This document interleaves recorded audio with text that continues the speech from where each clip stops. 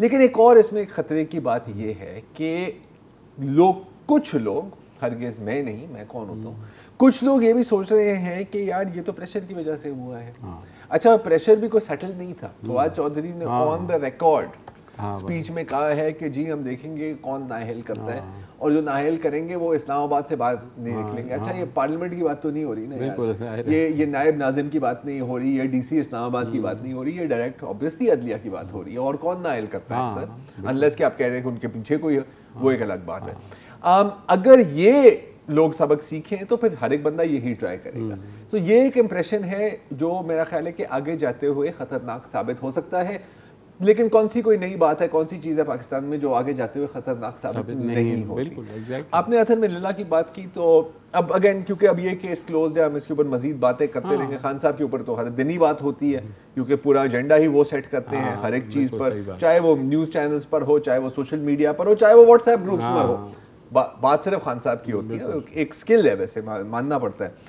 اب کل بھی ایک فیصلہ آیا, اور کل بدقسمتی سے ہمیں چانس نہیں ملا شاید اس پہ بات کرنے کا, یا ہم سیلاب پہ فوکس کر رہے تھے زیادہ, اور وہ ہے احسن اقبال صاحب کی کیس کا. اچھا یار اب اس میں نا بڑی مزیدار باتیں ہوئی ہیں کہ نیب کے جو ریپرزینٹیٹیو تھے, اگین جسٹس اطہر منیلا صاحب, رائٹ, ان کو پوچھتے ہیں کہ جی یہ مجھے ایک بات بتاؤ کہ یار اس کیس میں کرپشن کا ہے, ٹھیک ہے. اچھا وہاں آئیں بائیں شائیں شروع ہو گئی کہ نہیں جی اصل میں وہ ہمارے جو ہے بھروانا صاحب وہ آج ہیں نہیں, تو جب وہ آئیں گے کورٹ نے کہا نہیں یار آپ مجھے بتائیں کہ آپ نے کس چیز کی بنیاد پر یہ آپ نے کیس چلایا. تو انہوں نے کہا کہ جی وہ ایک خبر آئی تھی اخبار میں. اچھا اخبار کا نام پتہ ہے آپ کو کہ نہیں؟ میٹرو واچ, کبھی سنا ہے آپ نے؟ نہیں. اچھا میٹرو واچ جو چھاپتے ہیں نا, انہوں نے بھی نہیں سنا ہوگا, پڑھا تو کسی نے نہیں ہوگا. انہوں نے کہا اچھا, پھر جسٹس صاحب نے کہا کہ یار آپ یہ مجھے پورا نا پڑھ کے بتائیں, یہ پوری خبر پڑھ کے بتائیں. انہوں نے خبر کا اچھا الزام الزام الزام الزام. انہوں نے کہا کہ یار آپ کے چیئرمین جو ہیں انہوں نے کوئی چیک کیا کہ یہ فیکٹس ایکوریٹ ہیں؟ خاموشی. سر سے پاؤں تک چیک کرنے میں ماہر, پاؤں تک چیک کرتے ہیں, لیکن انفارچونیٹلی فیکٹس کو نہیں, کیسز کو نہیں, ہاں پارٹیز کو. That's right. کہ یار آپ نے ایک پبلک ویلفیئر پروجیکٹ کے اوپر ایک کرپشن کا کیس شروع کیا, اس کی بنیاد پر اگین جی وہ بھروانا صاحب جواب دیں گے, بھروانا صاحب جواب دیں گے, بھروانا صاحب آپ آ نہیں سکے, برائے مہربانی ایڈجرن کرنے کا, کوئی ایڈجرن وجرن نہیں ہونے والا. اچھا پھر جسٹس صاحب کہتے ہیں کہ یار اگر اس میں کاسٹ اوور رن ہوا ہے وہ تو اس لیے کیونکہ آپ لوگوں نے اس کو بند کیا تھا. تو آئی مین یہ ہے آپ کا نیب. ہاں, اور وہ کہتے ہیں کہ جی اگر کہا کہ جی کس نے بند کیا, تو جی اس وقت تو مارشل لاء تھی. ہاں, انہوں نے کہا کہ تو آپ ان افسران کو پکڑتے ہیں نا سر, ان کو آپ کیوں پکڑ رہے ہیں؟ اچھا اب یہ جو کریٹیکل پوائنٹ ہے اس کے اندر, انہوں نے کہا کہ جی احد چیمہ جو ایک بہت اچھے افسر ہیں بقول جسٹس اطہر منیلا, 3 سال آپ نے ان کو جیل میں رکھا, اینڈ میں وہ بری ہو گئے. تو جو فواد حسن فواد, تو جو آپ کی کاروائیوں کی وجہ سے لوگوں کو جو ذلت سہنی پڑتی ہے, ان کی جو بدنامی ہوتی ہے, اس کا معاوضہ کون دیں گے؟ یہ جو نیب, اچھا نیب کے بارے میں میری جو رائے ہے میرے خیال ہے کہ اچھی طرح سے جانتے ہیں. بالکل نہیں, میری بھی رائے ہے کہ یہ ایک پولیٹیکل سیاسی انتقام کا ایک ذریعہ ہے بس, اور کچھ بھی نہیں. یہ کرمنل انویسٹیگیشنز نہیں کرتی, ان کی پوری انویسٹیگیشن ہی کرمنل ہوتی ہے. بالکل میرے نظر میں تو اسد منیر صاحب کا خون ان کے ہاتھوں پر ہے, ٹھیک ہے, بیکاز آپ مطلب آپ کے آفیسرز کو کچھ پتہ ہی نہیں ہوتا, شاید ان کو ایک ڈرافٹ پڑھنے یا سمجھنے واٹس ایپ آتے ہیں جو بھی, لیکن وہ بھی ان کو سمجھ بھی نہیں آتی کہ اس میں کیا ہے. You are not competent to investigate these kind of financial crimes, اور اس پہ بھی ہمیں بہت بات ہوئی ہے. مسئلہ یہ کہ دیکھو ان کو اتنی پاورز دے دی گئی تھی نا کہ آپ 120 دن تو آپ رکھ سکتے ہیں بغیر کسی اس کے, کوئی مسئلہ ہی نہیں. اور وہ جب آپ نے رکھ لیا, اور یہی ایک ذریعہ ہوتا ہے کہ جو زیادہ بول رہا ہے اس کے اوپر کہو کہ آپ نے ایسڈ بیونڈ مین کا کیس ہے, آ جائیں اندر. اب وہ آپ 4 مہینے تو اندر رہیں گے, اس کے بعد کیس جائے گا, آپ عدالت میں پیش ہوں گے, وہ پارٹیز کو بلائیں گے, دلائل شروع ہوں گے, آپ اندر ہی رہیں گے کیونکہ بیل بھی نہیں ہوگی. جب وہ اپنے کنکلوژن کی طرف جاتا ہے, کم از کم 1.5-2 سال جو ہے وہ آپ یہ دیکھیں کس کس کے ساتھ, خواجہ سعد رفیق کے ساتھ, مفتاح اسماعیل اور جو ہے شاہد خاقان عباسی, بالکل ایسا کیس کے جو سامنے تیر رہا تھا کہ یہ کوئی کیس نہیں ہے, یہ صرف سیاسی انتقام ہے, لیکن وہ چلا, اور وہ چلا, اس کو پھر آپ نے پولیٹیکلی یوز کیا, یہ چور, یہ ڈاکو, یہ بعد میں بری ہو گئے, کسی کو پرواہ نہیں ہے. تو یہ جو پورا ادارہ ہے نا, یہ اس کو آپ ریفارم نہیں کر سکتے. کیونکہ اس کے اندر جو یہ کینسر ہے اور یہ کینسر ہے نا وہ جڑوں تک پہنچا ہوا ہے. You have to finish this entire organisation. کوئی ایک نئی آرگنائزیشن لائیں اگر آپ نے لانی ہے, اور اس کے اندر کم از کم ایگزسٹنگ جو آپ کے اینٹی کرپشن کے ڈپارٹمنٹ ہیں ان کو اسٹرینگتھن کریں. اب مسئلہ یہ ہوا کہ دیکھیں ان لوگوں نے پھر جو ہے وہ چینج کیا اور بقول ان کی اپنی مرضی کا جو ہے وہ لگایا. کمپیٹنٹ آفیسر ہے آفتاب سلطان, اس میں کوئی شک نہیں ہے, لیکن جب یہ انہیں لے کے آئے تھے تو یہ بھی تو انہی کی وہ تھی ریکمنڈیشن. لیکن نیب کو استعمال ہمیشہ کیا ہے اسٹیبلشمنٹ نے کہ جو جن پولیٹیشنز کو انہوں نے تنبو کرنا ہوتا ہے تو وہ ہوش کر دیتے ہیں نیب کو, اور نیب جو ہے وہ کام شروع کر دیتی ہے. تو یہ وہی آپ والی بات کہ جب تک یہ بند نہیں ہوگا نا, یہ وکٹمائزیشن کے سلسلے آپ کو چلتے ہی نظر آئیں گے, بڑھتے ہی نظر آئیں گے. آج کوئی سیاسی جماعت ہے, کل کوئی سیاسی جماعت ہے, پرسوں تیسری سیاسی جماعت ہوگی. دس از آل. تو نیب جو ہے اس کو بند ہونا چاہیے, ہمارا یہ خیال ہے. وقفہ لیتے ہیں.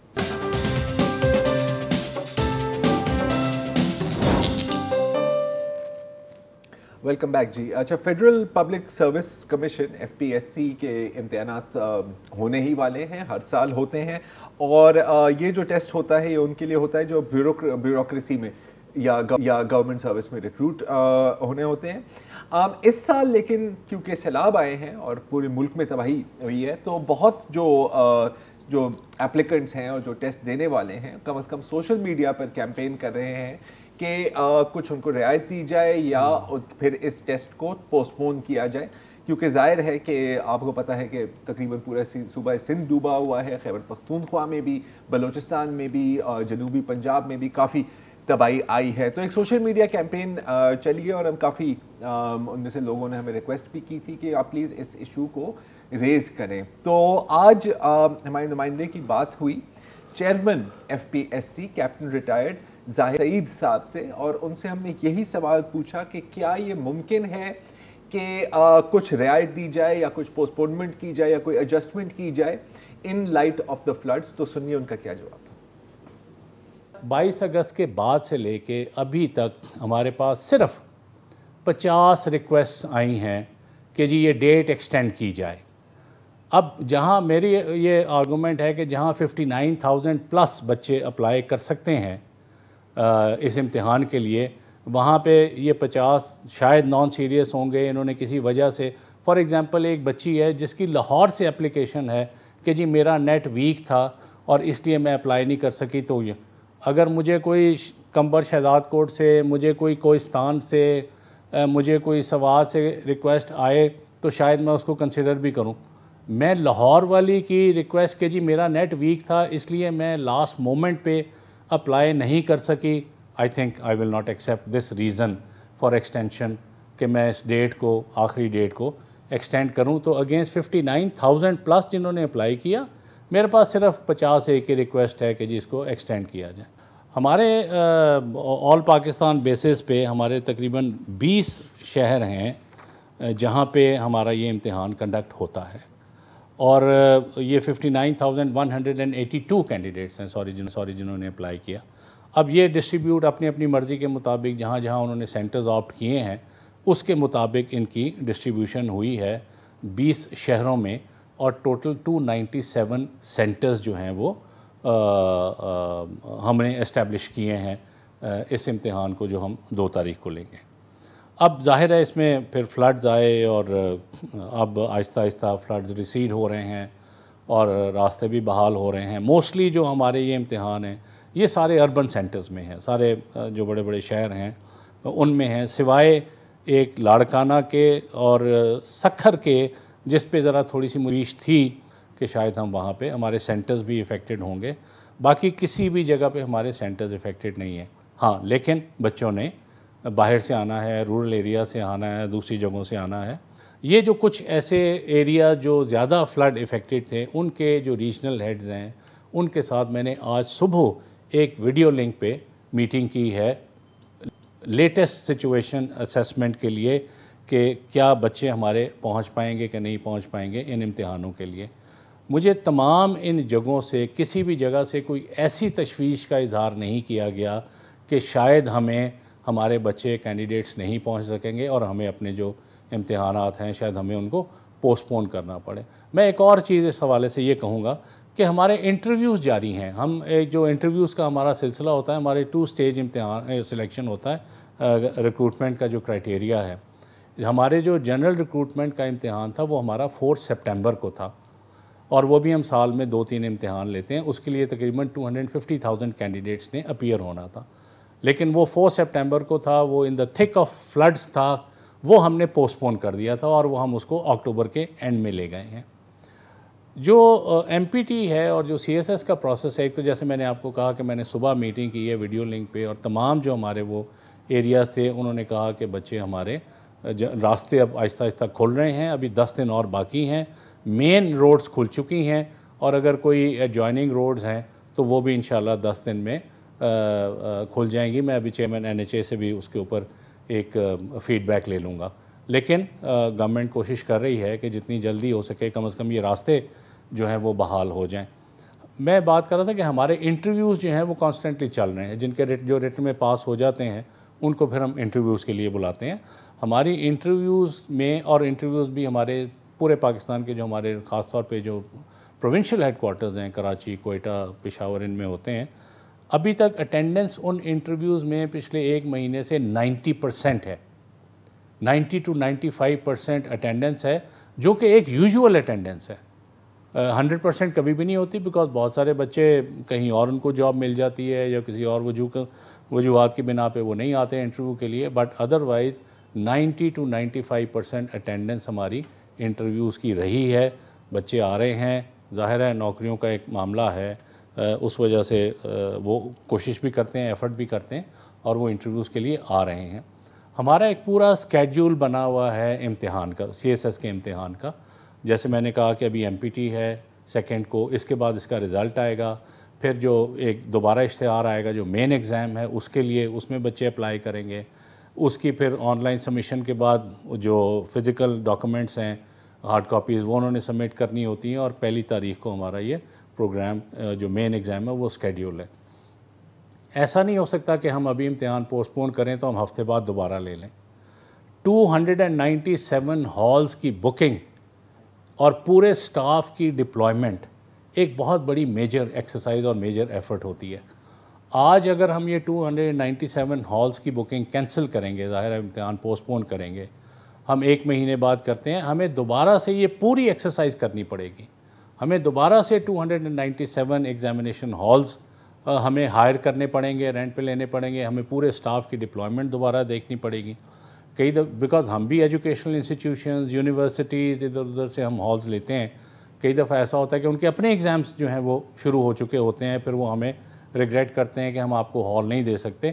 اس سٹیج پہ ہمیں یہ ساری اویلیبلٹی ہے، اور ہم یہ انشاءاللہ 2 کو۔ ایک میں اور بات کروں کہ دیکھیں، اگر KP میں اتنا زیادہ پرابلم ہوتا تو جو KP کا جو پبلک سروس کمیشن ہے، ان کا جو اپنا کمپٹیٹیو ایگزام ہے PMS جس کو کہتے ہیں، وہ 4 اکتوبر سے وہ شروع کر رہے ہیں۔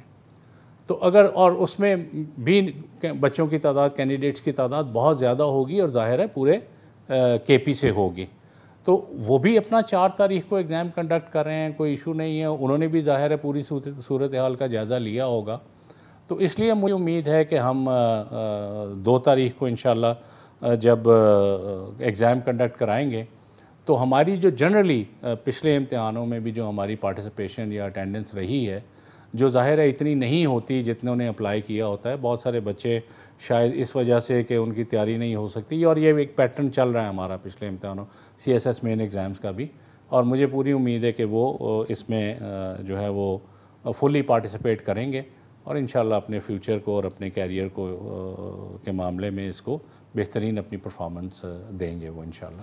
جی، تو باٹم لائن ہے کہ پوسٹ پونمنٹ یا ایڈجسٹمنٹ یا ریلیف اس کیس میں نہیں ملنے والی۔ اب مجھے پتہ ہے کہ جو یہ کیمپین چلا رہے تھے، جو اسٹوڈنٹس یا جو ٹیسٹ دینے والے ہیں وہ کافی مایوس ہوں گے، لیکن چیئرمین صاحب کی بات میں بھی ایک وزن اس حد تک ہے کہ اگر تقریباً 60,000 اپلیکنٹس ہیں اور صرف 50 سے 55 اس کے اوپر ریکویسٹس آئی ہیں، تو میں صرف اتنا کہنا چاہوں گا کہ آپ بالکل کیمپین کریں، لیکن اگر وہ کیمپین صرف سوشل میڈیا تک محدود ہے تو شاید اس کا اتنا اثر نہیں ہوگا۔ You have to complain to the right authorities using the right format.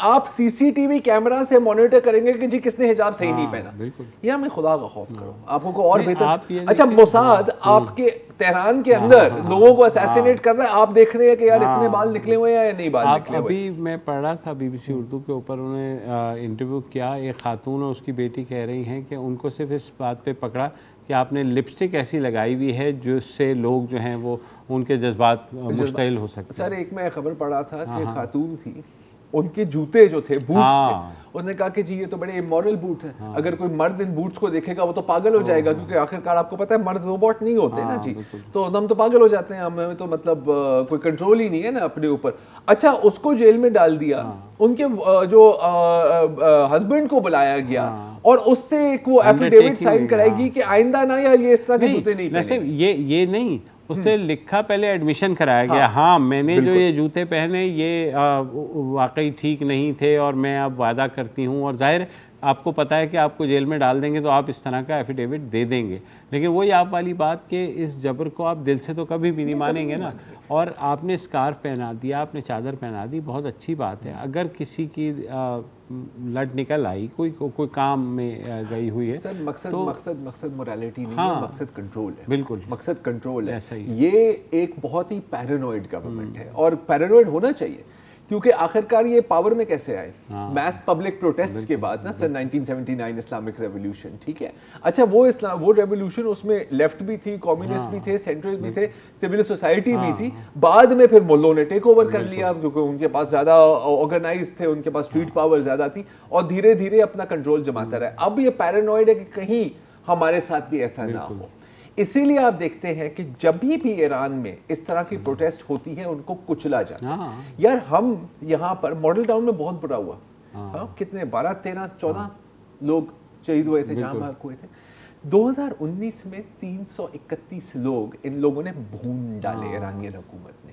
اچھا وہ پروٹیسٹ کیوں ہوئے تھے؟ کیونکہ آپ نے پیٹرول کی پرائس بڑھائی تھی. اچھا صرف پیٹرول کی پرائس کا مسئلہ تو نہیں تھا, جیسے یہاں پر صرف ایک خاتون ماسا امینی کا مسئلہ نہیں ہے, لوگ تپے ہوئے ہوتے ہیں اور پھر وہ ایکسپلوڈ کرتے ہیں. 2009 میں بھی ایسا ہوا جب وہ ریگنگ کے ایلیگیشنز ہوئی تھی. اچھا اب لوگ شرکت کرتے ہیں ابھی بھی ایران کی پولیٹیکل سسٹم میں, جو ایسا بھی وہ پولیٹیکل سسٹم ہے. 2009 میں لوگوں نے ووٹ دیا, ان کا خیال تھا کہ ہم ایک ماڈریٹ کو, جن کا گرین سمبل تھا, لیکن پھر بہت انٹرفیرنس ہوئی, بسیج کا بھی, ریولیوشنری گارڈز کی بھی انٹرفیرنس ہوئی. تو سلولی جب آپ ایک نظام مسلط کرتے ہو لوگوں کے اوپر, وہ باغی ہو جاتے ہیں. اور آپ نے جو نظام بھی رکھا ہوا ہے کہ جو بھی آئے گا اس کو کنٹرول تو کاؤنسل کرے گی نا, تو کاؤنسل ہی کرے گی کنٹرول نہیں. ان کا نظام مطلب ہم اگر سمجھتے ہیں کہ ہمارا نظام گھوما ہوا ہے, کبھی ان کے نظام کو سمجھنے کی کوشش کریں, آپ کا دماغ خراب ہو جائے گا. ٹھیک ہے, کھانوں میں سے خون نکل رہا ہوگا, بیکاز اتنا کمپلیکیٹڈ اور اتنا ریجڈ بھی ہے کہ آپ اگر ذرا سا بھی دیکھتے ہیں کہ کوئی ایسا امیدوار جو لوگوں میں مقبولیت اختیار کر رہا ہے, آپ فوراً اس کو جو ہے نا یا تو ہٹا دیتے ہیں یا اس کو بالکل جو ہے نا کچلنے کی. ہاں مطلب یہ ہوتی ہے سلیکشن. ہاں اصل حقیقت میں پوری کمیٹی ہے وہاں, تو پوری کمیٹی ہے. اچھا اب یہاں پر بھی مجھے لگ رہا ہے کہ ان قریب, بیکاز اب وہ what's app, social media, internet, یہ چیزیں بند ہوتی جا رہی ہیں. ابھی وہ ریولیوشنری گارڈز کا بیان بھی آیا ہے کہ جو لوگ یہ اس طرح کی پروپیگنڈا کر رہے ہیں ہم سختی سے پیش آئیں گے. ماضی میں بھی آپ نے دیکھا ہے کہ بسیج ملیشیا جو ہے وہ بھی ڈپلوائے کیا جاتا ہے عوام کے خلاف. اچھا ٹھیک ہے یار, ابھی آپ کر لیں گے, آپ دبا دیں گے, لیکن کب تک؟ لیکن وہ ایک پریشر کوکر جو ہے وہ تو پھٹنے کو تیار ہے نا, آپ اس کو کیا کریں گے جب تک اس کو آپ لڈ بھی اس پہ سے نہیں ہٹا رہے کہ وہ اسٹیم باہر نکلے. نہیں بالکل بھی, تو اس لیے مزید انفیکٹ جب اسٹیم نکلتی ہے یہ مزید لڈ کو پکا کرتے ہیں, تو کبھی نہ کبھی تو پھٹنا ہے نا سر. ایسا ہی شاید ابھی نہیں, لیکن کبھی نہ. وقفہ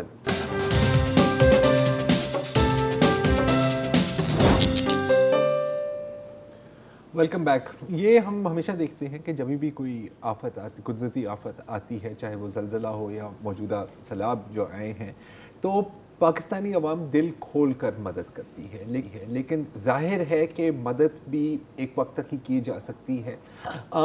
سونو لیٹر ایک فٹیگ آ جاتی ہے, اور ہم دیکھتے ہیں کہ جو شروع میں اگر گراف یہاں تھا تو پھر وہ دھیرے دھیرے وہ چیریٹی اور امداد دینے کا گراف نیچے جاتا رہتا ہے. اور ابھی بھی یہی ہو رہا ہے. اور بدقسمتی یہ ہے کہ جیسے وقت گزر رہا ہے تو جو ضروریات ہیں لوگوں کی وہ کم نہیں ہو رہی بلکہ بڑھ رہی ہیں.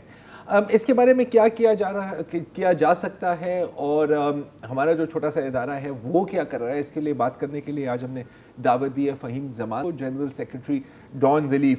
جی فہیم صاحب, ڈونر فٹیگ بالکل ایک حقیقت ہے, کیا جا سکتا ہے اور ڈون ریلیف اس کے بارے میں کیا کر رہے ہیں؟ دیکھیے, ڈونر فٹیگ تو ایک چیز ہے. انیشلی چونکہ ایک دم سے بڑی بڑی خبریں آتی ہیں, پیپل رسپونڈ کرتے ہیں, شاید اس وقت حالات بھی ہنگامی حالات ہوتے ہیں, تو اس میں آبویسلی بہت زیادہ لوگ جو مخیر حضرات ہیں, جو لوگ وہ آگے بڑھ کر سپورٹ کرتے ہیں. ایسا نہیں ہے کہ لوگوں نے ڈون ریلیف کو یا جو دیگر ادارے آرگنائزیشنز جو اس وقت کام کر رہی ہیں فلڈ افیکٹڈ ایریاز میں, چاہے وہ لزبیلا بلوچستان میں ہو, چاہے وہ سندھ کے دادو سیون منچھر یا کے پی کے میں سوات, تو لوگ سپورٹ کر رہے ہیں. مگر آپ کی بات صحیح ہے کہ وقت کے ساتھ ساتھ جو ہے یہ سپورٹ لوگوں کی جو ہے ویئر آف کرتی ہے اور ابھی بھی ویئر آف کرے گی. دیکھیے, ایک تو ہمارے اپنے حالات, لوگوں کے حالات اچھے نہیں ہیں, ہمارے اپنے مسائل بہت زیادہ ہیں, بجلی کے بل بہت آ رہے ہیں, آٹا بہت مہنگا ہو گیا ہے. مگر اگین میرے خیال میں اس میں جہاں ڈون ریلیف کا یا ڈون ریلیف جیسے اداروں اور آرگنائزیشنز کا تعلق ہے, ہم تو جو کر سکتے ہیں کر ہی رہے ہیں, مگر وہاں رول آپ کا اور آپ کے ساتھیوں کا, اینکرز کا, میڈیا کے اندر جو صحافی کام کر رہے ہیں ان کا بہت ہے کہ لوگوں کا اس احساس جگائے رکھیں. ابھی تو پانی سے نکالنے کی بات ہو رہی ہے, ابھی تو خوراک مہیا کرنے کی بات ہو رہی ہے, ابھی تو ڈائریا, کالرا, ڈینگی سے بچاؤ کی بات ہو رہی ہے, مگر ایک ریہیبلیٹیشن فیز بھی آئے گا. جو میسو ڈسٹرکشن ہے, جو تباہی ہے, جو اس وقت آپ دیکھ سکتے ہو اپنے ٹی وی اسکرینز پہ بھی, مطلب ایسا نہیں ہے کہ پاکستان کے عوام الناس یا دنیا جو ہے اس سے باخبر ہے یا بے خبر ہے, وہ ہے, مگر اس کو جلائے رکھنا بہت ضروری ہے. اس سلسلے میں اس اتوار کو کراچی آرٹس کاؤنسل میں ڈون گروپ جو ہے ایک آرٹس ایگزیبیشن بھی کر رہا ہے. وہاں تقریباً کوئی 20 آرٹسٹوں کی, چاہے وہ فوٹوگرافز ہوں, تصویریں ہوں, پینٹنگز ہوں, وہ وہاں پہ لائی جا رہی ہیں. کچھ اسکلپچرز ہوں گے, جو کچھ بھی وہ چیزیں لوگ خرید بھی سکیں گے, زیادہ سے زیادہ پیسے دے کے لے سکیں گے, کیونکہ this is for a good cause.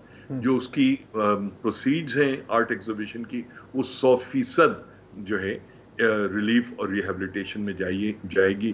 تو میں آپ کے پروگرام کے توسط سے آپ کے سننے والوں کو سے یہ اپیل کروں گا کہ آرٹ ایگزیبیشن میں بھی آئیے اور اپنے پسند کی جو بھی ڈون ریلیف ہے ہم حاضر ہیں, مگر اس کے علاوہ بھی اگر کوئی آرگنائزیشن ہے جس پہ آپ بھروسہ رکھتے ہیں, اس کو عوام ان فلڈ افیکٹڈ جو لوگ ہیں ان کو بھولے نہ اور ان کی بھرپور جو ہے سپورٹ جاری رکھیں. اچھا فہیم صاحب, یہ جو ہے ایگزیبیشن کراچی آرٹس کاؤنسل میں ہو رہی ہے, اور اس کا وقت بھی بتا دیں تاکہ جو ہم دیکھ رہے ہیں.